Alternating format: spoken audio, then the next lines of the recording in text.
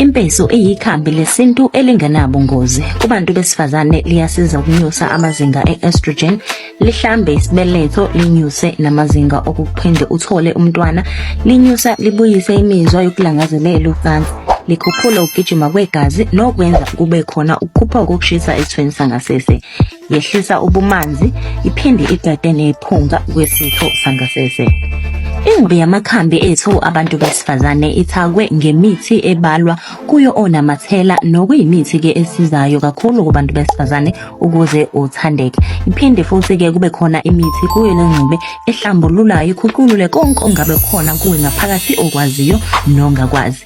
Amakhambi ethu ayatholakala-ke ngo-50 grams, phinde atholakale nango-20 grams okuwupowder, bese kuba khona nama-capsules awu-30 kanye nawu-60 ayatholakala. Indlela-ke yokuyenza ukusebenzisa i-coke. Uthatha i-coke uyifake enkomishini njengoba sibona esithombeni.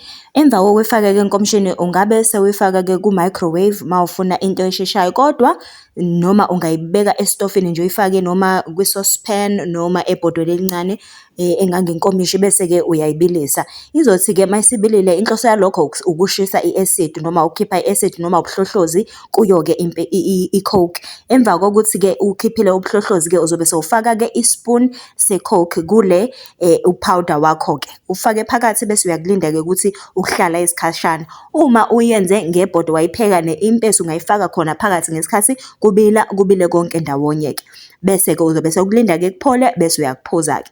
Kunikeze at least 2 to 3 hours umuntu wesifazane ngaphambi kokuba-ke kube nomdlalo kube busy-ke. Yenziwa kanjalo-ke impesu yabantu besifazane.